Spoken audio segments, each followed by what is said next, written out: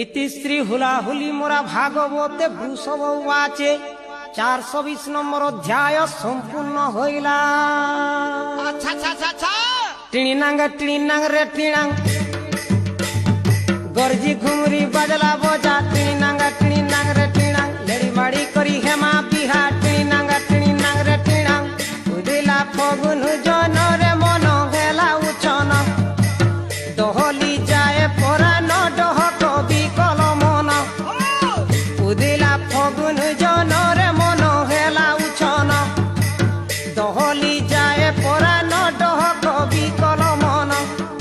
ঠাবে নাই রহে সতে ঠাবে নাই রহে সতে ঠাবে নাই রহে সতে ছাড়ি দে টিণিনাং রে